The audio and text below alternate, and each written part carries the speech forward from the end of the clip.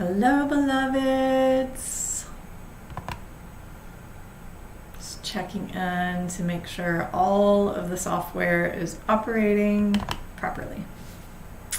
Good morning and happy new moon in Pisces. I hope that you all have found these last few days as we're entering into this lunar cycle a bit creative and innocent and childlike, as Pisces is like this very dreamy, innocent, light sign and energy. I know for me that there was like almost like this whimsical experience in the last couple of days, and just simplicity. And I've also noticed that some people have been having really magnetic dreams, really lucid dreams. And I'm curious to hear, what has that meant for you? Have you been logging your dreams? This is an excellent time for dream work and noticing all the signs and synchronicities that are around us. It could be heightened during this period of time. So let's go ahead and drop into the energies that are present during this new moon cycle. We're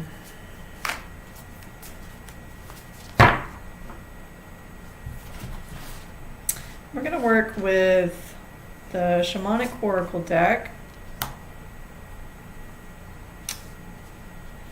So the card that's heading us off is Stand Still,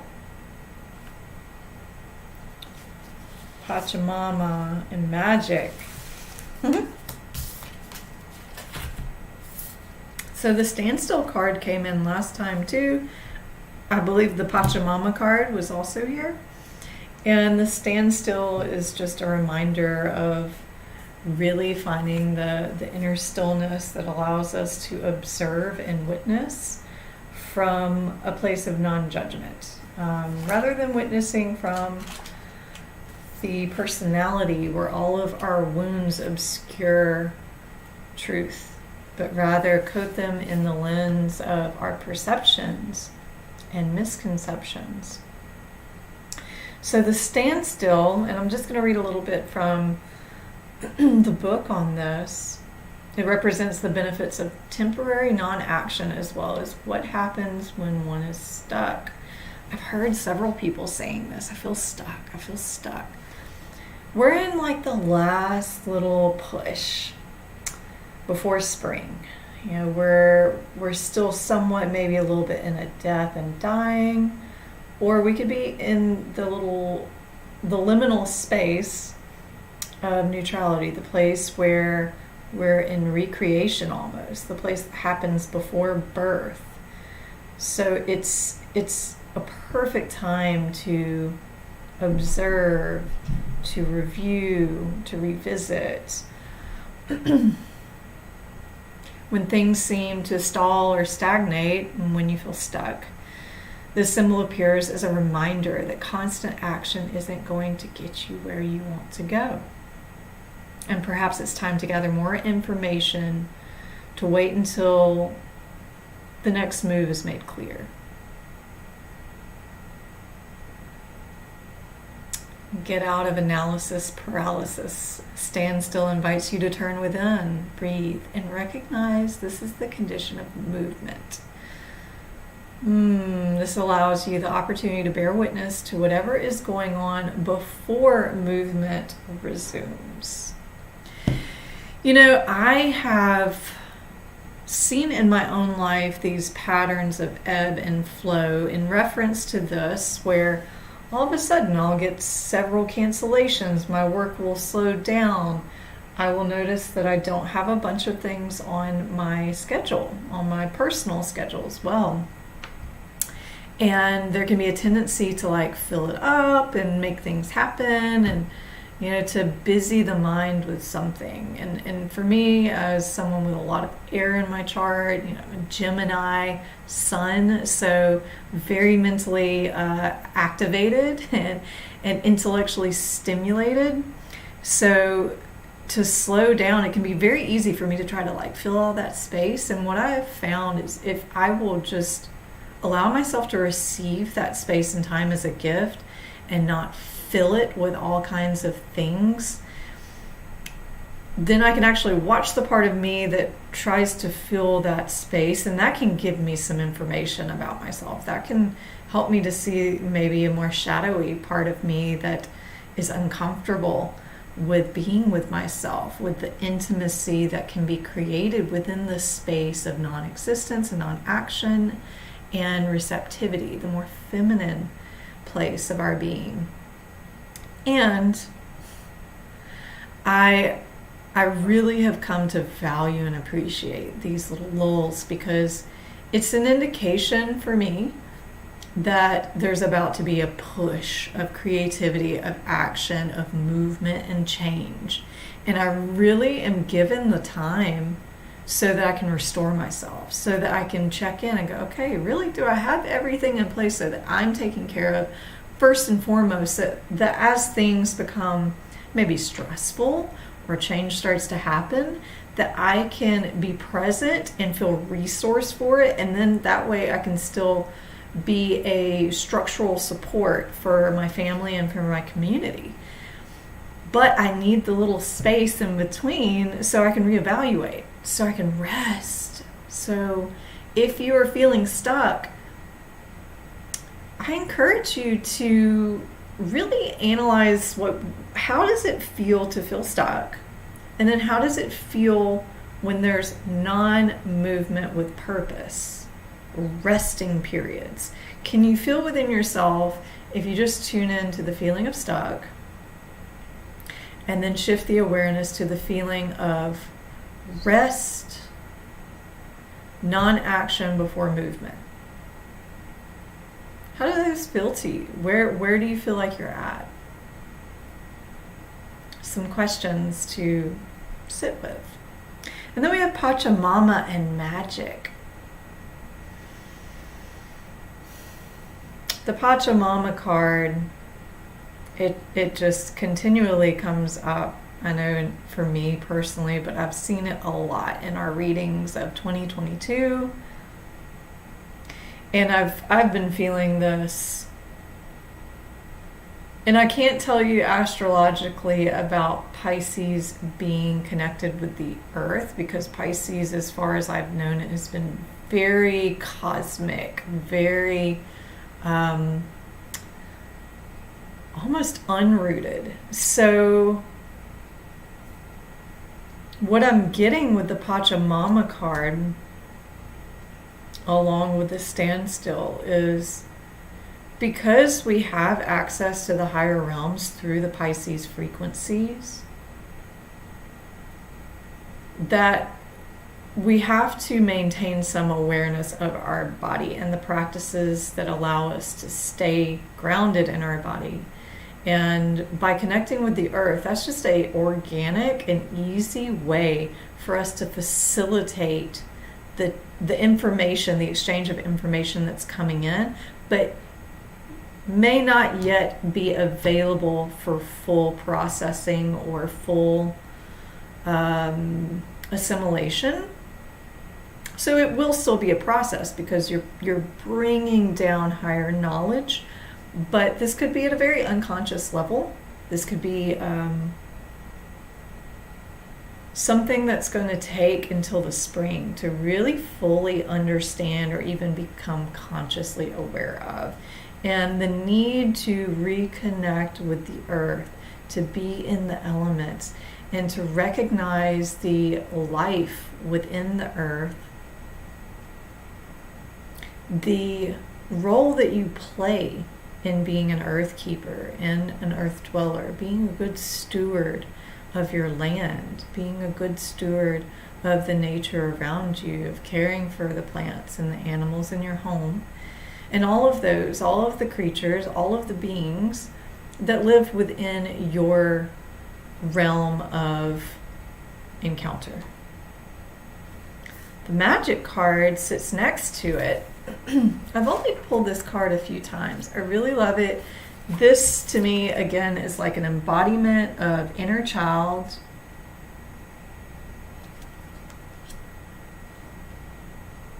innocence, playfulness. Like, remember when you were a kid and like nothing was off limits? You could dream these fantastic dreams. I think of the movie The Never Ending Story. Falcor, and like where he traveled through the universe, traveled through a bookstore, through a book. You know, that was made real in that movie, and it's a great analogy for the magic and mysticism that can live within us and through us. This symbol represents the infinite intelligence of Great Spirit that makes up the fundamental fabric of the universe. We experience the evidence of the magic through synchronicity and meaningful coincidence. Keep your eyes open, keep your heart open. What do you see around you that has meaning? Do you see, maybe certain birds that keep showing up, or sequences of numbers, or certain songs that take you back to another time? Maybe you think of someone and they call you, or you see their name multiple times. What is the universe? What is God trying to guide you towards? Can you open yourself even more and become more mindful in your practices by being in your body and not being too far out, so that you can bring it all the way through and make it a practical walk through life, where you can remain conscious of all of the higher wisdom coming through the synchronicities, but make it practical so you can apply it and receive the other end of whatever the gift is in the message.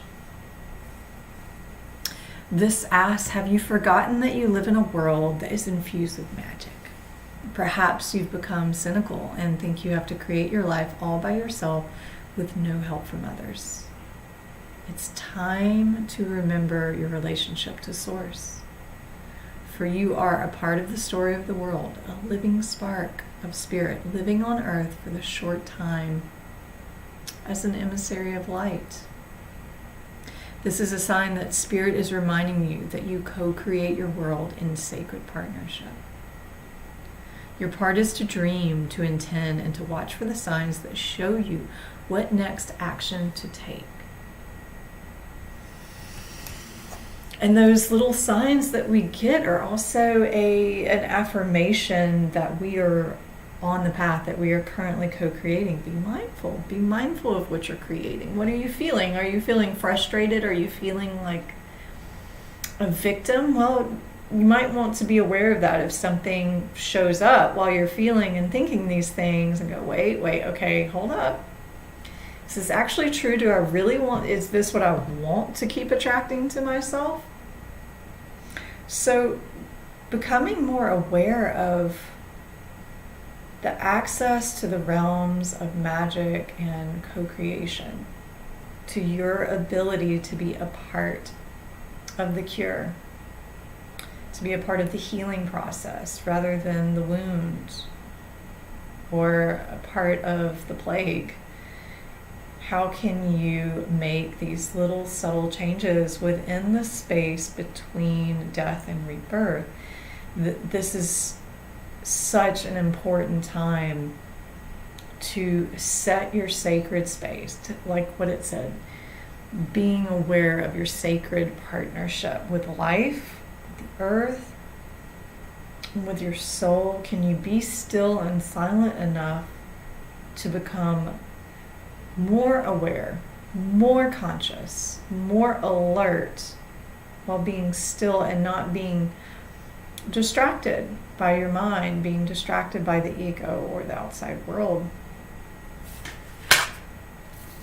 Fear is a thing. It's just another object in the universe that you're capable of experiencing. Okay, so we have fear here. And in this season, in the winter season, this is what we have to begin to resolve, hopefully resolve, at least acknowledge where hidden fears are. Kidneys, bladder. These are the governed organs of the winter season, and we'll be in it for at least another month.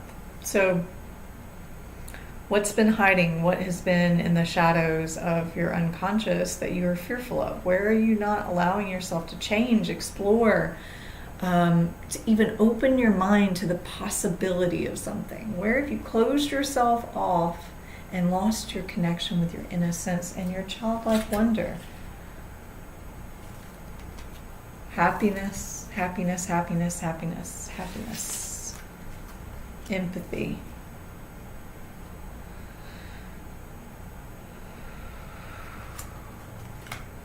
And trust. So if you can manage to, I love how one of my friends put this, take the background track that's constantly running, you know, all of the influences that we put in, media, music, learning, people's opinions, you know, all of the constant noise that keeps us mentally inputting. When you take that background out and you can be in the stillness and the silence and receive the reflection of yourself, receive the guidance from higher teachings, from higher mind, wisdom of your ancestors, wisdom of your soul, and of creative influence from the universe, retrieving your ability to be in that childlike wonder and imagination, aware of magic, the endless possibilities, your untapped potential, unlimited potential. You can go beyond all of the little fears. You can go beyond the self-limiting perceptions. You can go beyond where your life has ever been, and you can create that life that you have always deserved and always longed for. And somewhere in you, there was a spark that told you that it was still possible. And it only happens when we're able to be still and silent and witness. Be in touch with our inner child. Be in touch with the earth. We have to have all three of these to allow ourselves to open to what is already consistently available, to feel our happiness, to be in touch with our heart. Pisces is so very sensitive. It's a water sign. It's so sensitive. And you know this if you're a Pisces, or if you know a Pisces, they can cry. They will cry over spilled milk. You know, and it's such a gift to have that kind of sensitivity.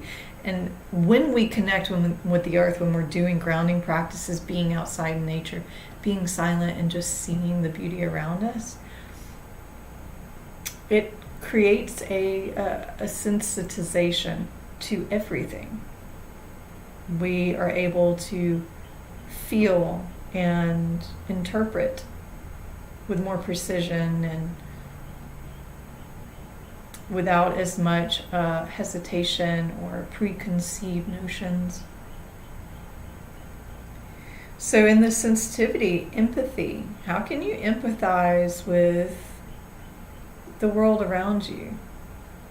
How can you empathize and make yourself more divinely human? Feel other people's pain. You know, especially those that we tend to, because we don't see them, maybe it's even outside of our city, outside of our country. We don't see what's happening, so we avoid it. We close ourselves off, but when we do, when we turn away from the suffering of the world, then we close our heart to our own humanity, and we close our heart to our own ability to change that suffering, to be the light, to be the change that we want to see. And the trust card falls after that. You know, it's trusting that we do have what it takes to make a change. We do have what it takes to succeed. We do have what it takes to create the life that we want to live at our deepest, most fundamental level of wanting to be at peace and to love well, to live well, to be happy, to share that happiness, to help relieve others' suffering, to relieve our own suffering? Can we be empathetic to ourselves in the places that we've been suffering? And letting the child show us the way, letting the inner child show us, how do we access our happiness when we're standing in the line at the DMV. So, how do we laugh at ourselves when we make silly mistakes?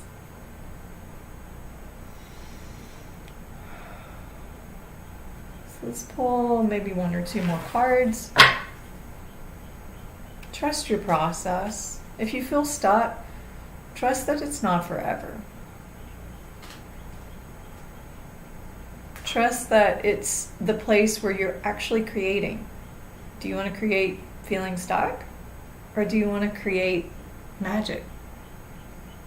So maybe take the focus off of how stuck you feel and allow yourself to be more present with what you are currently doing. Maybe it's not so much that the circumstances are keeping you stuck, but it's the mindset of not being fully present in what you're doing, not being grateful in those moments. You know, I know that things can become redundant, but we still have the power to influence our surroundings just by the quality of presence that we bring to them. You know, can we come to the same place that we go every day and bring a new vision, a new eye? And if you've never practiced yoga before, or even if you have, one of the best ways for you to open your perceptions to see things differently, do a headstand, do a handstand. Lay on your couch with your head upside down and look at your room upside down. This can translate in your brain. Your brain will see things through a different dimension. It will look and notice things that it never noticed before. I invite you to try that. Try that today. Go upside down. Analyze your space. Just take it all in. You don't need to judge anything, but go, oh, I didn't realize that it's staying right there. Or, that looks like an image of Jesus. Or how about that? I never noticed that made me feel that way when I look at it from this perspective. Change your perspective and come at it from the place of a child. If you have trouble connecting with your inner child, find some pictures of you as a child. This is a great time for your inner child healing. Find pictures of you. And maybe find pictures where you knew that you were suffering. Let yourself connect with that. Let yourself cry. Let yourself feel angry. Like, put that picture up. Make an altar. Put that picture up. Look at it every day. Take a moment to send love to yourself at that point in time in your life. Take time to send love to the people that may have hurt you at that time in your life, because they wouldn't have done it had they been whole themselves. You can even set them on your altar. Connect with the innocence, the love, the empathy, the compassion, and your happiness. As a kid, what made you happy? You know, for most of us, it was being outside doing something. Utilize that. Go outside and connect with your child. You know, build a fort. Build a fort in your home if outside's not an option. You know, collect rocks, collect sticks. Play with your dogs.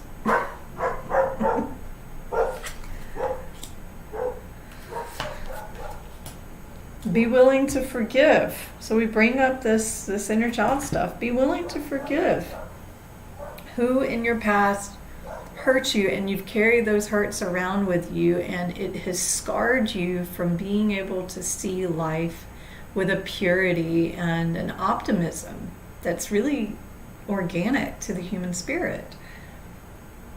And mediumship, this means that if you have some unresolved things from childhood, unresolved things that are just limiting your ability to feel free in your expression of joy and happiness,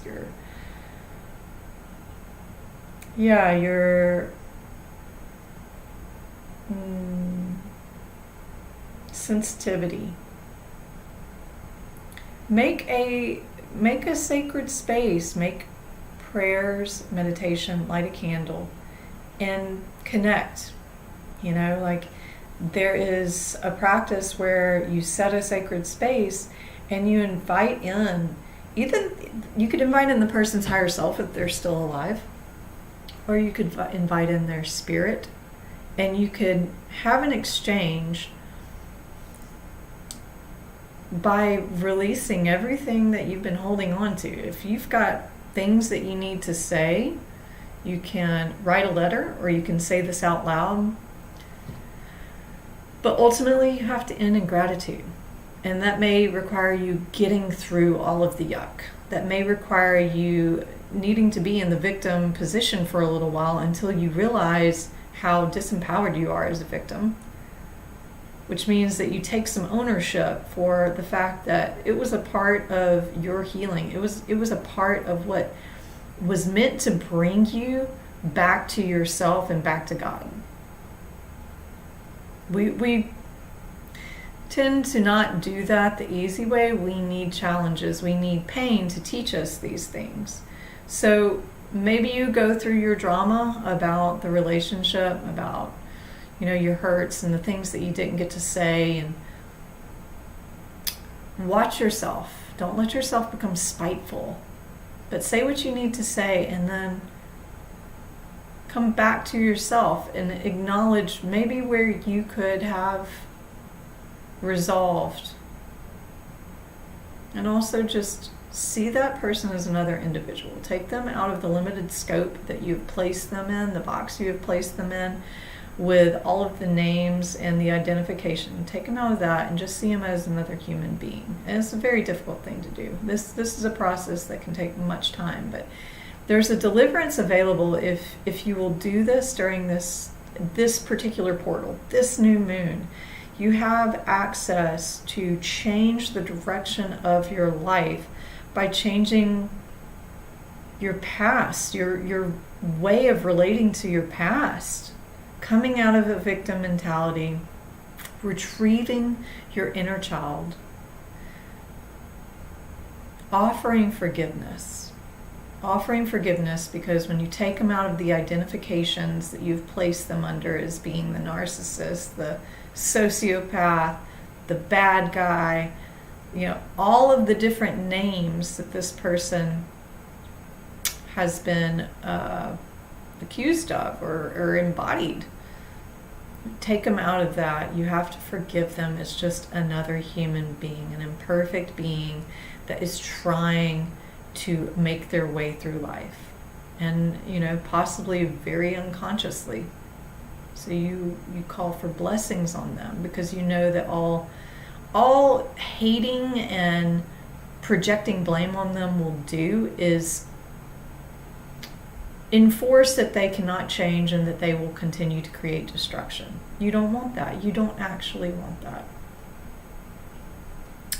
Because if you did, then maybe you're just as responsible for some of the things as they are. Because this is how the shadow works. It projects onto others what we cannot see in ourselves. I know it's a tough pill to swallow, and it's not an exact mirror. Stand still during this time. Be reflective. Go in, see what prevents you from being happy like a child. Go in and see what prevents you from creating the space to be silent, watchful, observant, looking for beauty in life, looking for beauty in the simplicity.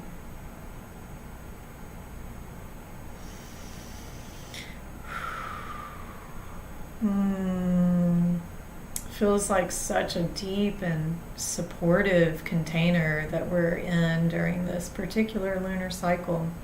There are many other astrological aspects that are here. This is not my work to share about those. So I pray that you all receive this transmission in a way that fertilizes your mind with the seeds of your soul, the wisdom that is held within your body, and the intelligence of the earth and all of her elements. Let synchronicities guide you through this time, and be still and know. Be still and know you are God. Thank you for sharing this time with me. If you haven't, please like, subscribe, share this with anyone that you feel it will assist. And I look forward to being with you on the full moon in a couple of weeks. Until the next time, keep it pure, stay simple, pura vida.